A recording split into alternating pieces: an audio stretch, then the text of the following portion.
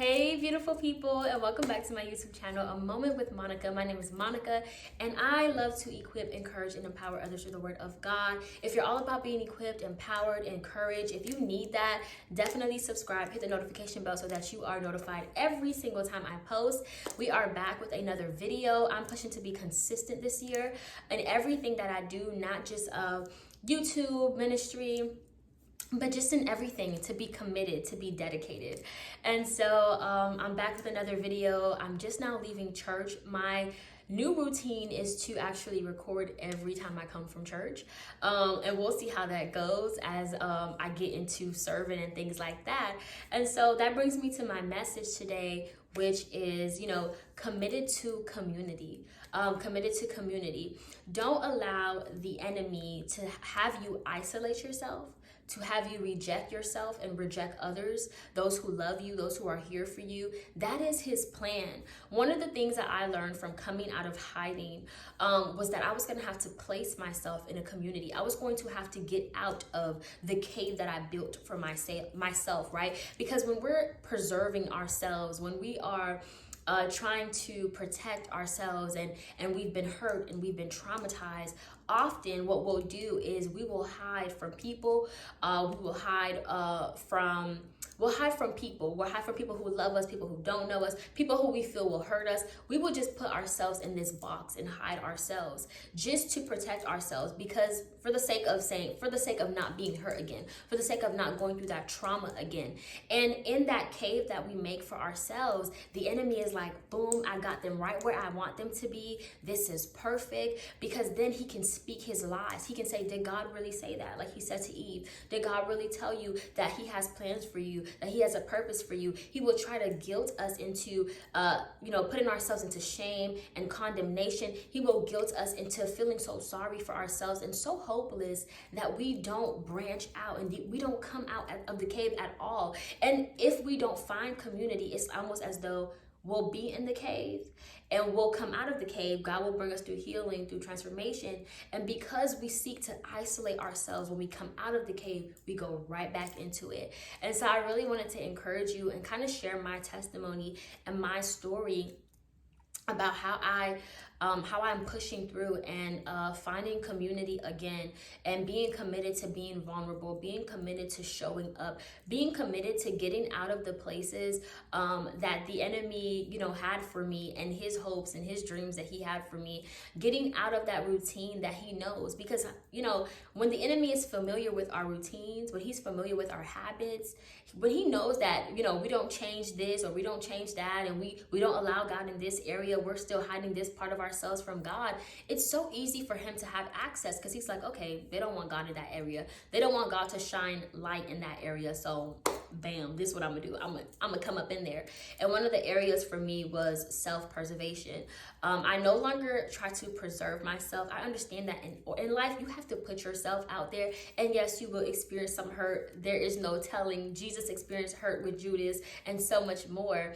And so you do have to put yourself out there. You do have to learn to love even when it hurts, right? The enemy desires to take away our love for people, for one another. He desires to take away our love for even life in itself. And so I've learned that what I have to do is be okay with putting myself out there and knowing that, hey, I might get hurt. It might suck.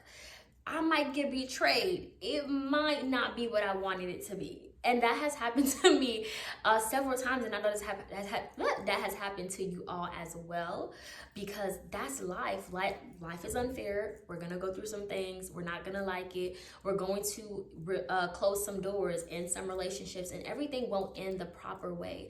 But I hope that through my story that you don't close yourself off to the world anymore, that you seek to get out of that normal routine that you're so used to. Like for instance, my normal routine. Well, let me go to the beginning. So for me, I was heavily involved in church. I grew up in church my whole life. I didn't really come to know God and have a relationship with him until I was 19. But there was a particular church that I was going to while growing up, from 12 to around 20, early 24. I stopped going there, about 24, early 24. I stopped going to that church, right? Yeah, 24.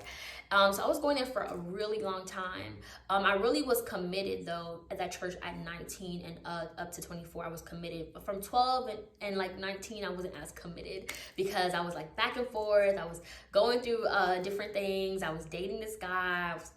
I was not living for God. Fornication, all of that different stuff.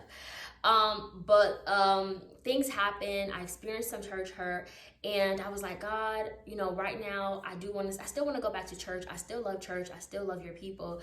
But I don't know what church to go to and what should I do. So I visited one church during 2021. When I left that church, I visited one church, and it was okay. It just wasn't for me. I knew it wasn't for me, but it was an okay church. I just knew that it wasn't for me. So I visited like 2 to 3 times, and I was like, yeah, I don't know about this. And God was taking me through a process of transition. He was taking me through a process of change. And you guys have witnessed my transition and everything that I've been going through. We have a whole series on transition, navigating transitions. And so we know that in 2021, I think, I moved, right? I think it was, I can't even remember. Yes, 2021, August, I moved, all right? So I moved in 2021, and I relocated from the city that I was in. And so I still didn't know what God was doing and what he wanted to do. I had school, I had work, I had so many different things happening, transitions, leaving jobs, starting jobs, leaving my mom's home, finding my own home in a different city. It was just different. And so I stopped. I didn't go to church at all. I visited Embassy City, which is in Georgia, and I love the church. It's amazing. I wish I lived in Georgia sometimes. I'm like, it's so good. So I decided to become a member online. But then I knew, I was like, towards the end of my transition, I was longing for community in person. And I was like, God, I know I'm not going to Georgia yet. I don't even know if you want me to move there. But I was longing for some community, church community, serving, like being a part of that again, because it was to me amazing and beautiful being committed to my previous church, being committed, having fun, growing in leadership. I found it beautiful. I believe that God calls us to be servants to help build his kingdom. And so even though I had gone through a process of hurt, God had healed me, and was healing me from that throughout me not even being in church and things like that. But I didn't give up on the bride. I didn't give up on church. I didn't give up on God. It's just that I didn't know where to go yet. And so here I was praying and praying. I was still in my own cave. And then I remember that one day when I was on the couch praying towards the end of this transition, which was last year, and I think it was around maybe November. I think it was November, end of October, early November. And I remember praying, and God was like, okay, this is the church I want you to go to. Search it up. And it was so funny. The name came to my mind because I found the church, and I never visited. I saw it online in 2020 when churches were shut down and everybody had to be online. It was online, and it was on my Facebook. I guess somebody from Facebook was going there and sharing, because it wasn't an ad. And I was like, oh, this church seems good. I was like, oh, okay. And I scrolled past it because I had my own church at that time. I was like, okay. But the name registered, and the Lord showed me, and I visited. The first time I was nervous, and I got there at like 9:40, but the church is so big, I had no idea. There were no more rooms. There was no seats left. So they were like, oh, you could stay for the 12 p.m. But I was like, I ran away. Okay, I was like, I'm out of my comfort zone. So I ran away. The second time I went there was additional seating, so I didn't get to actually get into the auditorium. The third time I went there, I did get in. It was great. It was a fun and amazing service. And I started asking about serving, and I was like, I see myself being here. It's such a beautiful, humongous church. And the people are very friendly. There's a lot of young people, and you could tell like they are very committed to seeing God's vision come to pass. They have 2 locations. Now they have 3, because while last year they had about 2, they started designing the 3rd one. And this year, I think in 2 more weeks, it's about to be ready. And what else? Try to remember.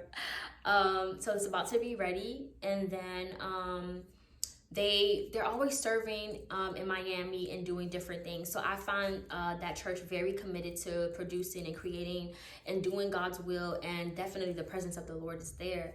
And so I found out more about serving. I was like, okay, God, I'll do serving in January. So many things were just happening in my life, and I was like, I don't think I could commit. I don't think I could commit right now. Let's wait till we graduate with our masters. Let's wait till we finish some of these courses. Let's wait till we're settled in our job. We had a lot going on, and you guys have been on that journey with me. So I appreciate that. And so the fourth time I went, which was last week, because I had stopped going a little bit in December. I just stopped going. I was just like, y'all, God, there was so much happening. I couldn't just commit. So finally I gone back last week and I was like, God, I'm making a commitment. I'm going to church. It was a fight. I didn't want to go. I was so used to being home. And so I didn't want to go to church because it was such a fight. But I got there and then the Lord was like, remember what you said, that you're going to you want to serve. And there's 4 steps you have to go through in order for you to serve. It's called growth track. And so last week was they started every month. So every Sunday is a new one. So because it was the first Sunday of the month, it was growth track number 1. And that's perfect because I'm starting at the beginning. And I was like, yeah, God, I did say I want to go, but let's try next time. I was so nervous. I was like, I don't even know where it's going to be, where they're going to hold it. Come out of the building. Church is over. Big sign. Growth track. Then I see this guy standing there signing up and I was like, oh, that's how you do it. Okay. All of a sudden my feet just started going to the place. It started walking towards the desk, signed in, and I went in, and that was my day 1. Today, that's why it says hello, Monica, because today I completed growth track number 2. Next week is the 3rd, the week after that is the 4th, and I graduate, then there's orientation, and then you get to choose what area you want to serve in the church. And so that's really awesome. But I'm coming on here to tell you my journey to putting myself out there again after going through anxiety, depression, panic attacks, church hurt, betrayal, broken relationships. My journey through all of that it's beautiful to see myself in this position now, to see that I'm willing to be vulnerable. I'm willing to put myself out there. And I know this is a message where it's like, okay, this is not no fire and this and that, but it's a message that I believe that somebody needs. It's a message that I believe we all need, but so many people are not hearing it as much. You have to get in community. I know you are used to the dark right now. I know right now it seems hopeless. Maybe your situation seems hopeless. It's not hopeless. I know it's dark. I know depression can try to eat you up and make you just want to isolate yourself, because I was there. TV shut off, lights shut off, just me underneath the covers and dealing with what I was dealing with, not knowing how was I going to pay my bills? What was I going to do? What was next? God, what was God doing? And being in this season for a year, a season of depression, sadness, and anxiety for a year. It started from October 2022. I didn't even realize it was depression and sadness. December, I started to realize it. And then finally in October, it was broken off of my life. And there were steps that God took me through, which I want to share in a different video. So stay tuned for that. How God freed me from the spirit of depression and anxiety and things like that. It was definitely a process, but I was in the dark for a year. A long year. It was a dark season for me. I wasn't going to church. I was by myself. I was home. Every time I came from work, I would just come home. I wasn't even really visiting my family much till later part in the year of last year, because I just felt so broken. I didn't want to tell people what was going on. I didn't want to tell my mom that I was having a hard time being an adult. That transition was really eating me up. That trying to finish my master's and trying to figure out how I was going to pay bills and what I was going to eat was just too much sometimes to bear. I didn't know how to speak to my mom. But eventually I did have a talk with her, and it was good. It was a good talk, and she understood. But prior to me opening up to my mom, it was just me taking all the sadness, all the brokenness, everything on my own. And the enemy loved it because he could see, me isolating myself every time. I am a part of a mentorship group, and it's going on 3 years that I've been a part of it. And we're about to be on 3.0, which is the final step. So I graduated from 1.0. I'm graduating from 2.0 next month, and then I start 3.0, and that's the last one of the mentorship. But of course, she told us, she still wants to have a committed, lifetime committed relationship with us. And I'm like, yes, because my mentor is amazing. Her name is Tiffany Buckner, and I'm a part of Esther Prep University, and it has grown me up in so many ways. I have seen the growth for these 2.5 years. I have seen the growth Okay, I have seen it. But I started isolating myself from her and from the mentorship group because of what I was going through, not wanting to speak, feeling ashamed, feeling condemned, feeling guilty about my situation. And I remember, you know, the leaders, they were able to see this, and my mentor came and she prayed for me. And there was a session where she was just talking to me, speaking what the Lord was saying to her, and that God wanted to strip me away from my past. He was allowing this season of wilderness, this season of brokenness, this season of just me breaking down for him and him tearing things apart, because there was my past that I kept looking back. I kept looking back at my past. I kept clinging to what was, and all the rejection and the hurt that I went through in my past and the trauma, I was taking it with me to my future.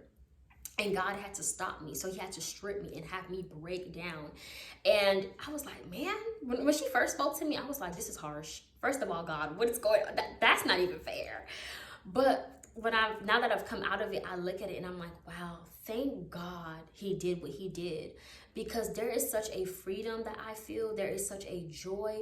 There is such a newness happening in my life. And it's so big that I know eyes haven't seen, ears haven't heard. Honey, I know I don't even understand it, that what God is doing in my life, but it is huge. I am no longer who I was. I have really, truly come out of this process, this metamorphosis, and I have come out as pure gold, like the Bible says, okay? And so it was a process, yes, but when I began to open up to my mentor, when she was praying for me, I remember that day, and to me the veil started opening. I began to open up and speak about what I was going through. I came back on YouTube. You guys saw when I started sharing the series of navigating through transitions. I began to talk to my mom more, visit my family about and sharing what it has been like. And when I started to do that, healing began. When I started that series here, talking about navigating transitions, and I told you guys all that I've been through, healing started coming forth. Like, it was me speaking, I began to heal. Like, as I was pouring out, God was filling me up. He was filling me back up with hope. As I read your comments and your encouragement towards me, things started changing. My mind started changing. And that happened because I opened myself up back to community. I began to stop isolating myself. And I was like, God, have your way. You know, God, move the way you need to move in my life. Why am I, okay. Let me hurry up and finish this video. And so this is just a quick video to just share how I have changed. Okay, I'm getting in community again. I'm going out. I'm taking myself out of the cave. I'm coming out of hiding and allowing myself to be loved, allowing myself to be cherished and adorned by God, accepting that I'm his beloved, accepting that he has great things for me, and also accepting the people that he's bringing to my life, and knowing that I have to put myself out there. This is not the year to isolate yourself. This is not the year for you to say, I'm gonna go back into my cave, I'm gonna stay in hiding, I don't want people to know who I am, I don't want people to know the real me. This is not the year for that. I pray in Jesus' name that you would come out of your cave, you would come out of your hiding places, you will allow yourself to be loved by God. You would love yourself and love people. Don't allow what you went through to keep you from the community that God has for you. Community changes things. Every time God wanted to bless me, it was through community. Every time God wanted to transform me or make a difference in my life, take me in a new direction, it was through people. He used people. So stop putting yourself on the back burner. Give yourself to God. Let him love you, and let him allow him to bring people in to love you as well. And that is my testimony. I'm going to share a little bit more next time about how God took me out of depression. Like, honestly, it's crazy. I was thinking about it last night and I was like, God is so good. So my food smells like it's burning.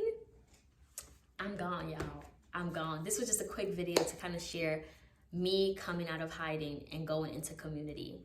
Bye guys, love you, and see you in my next one.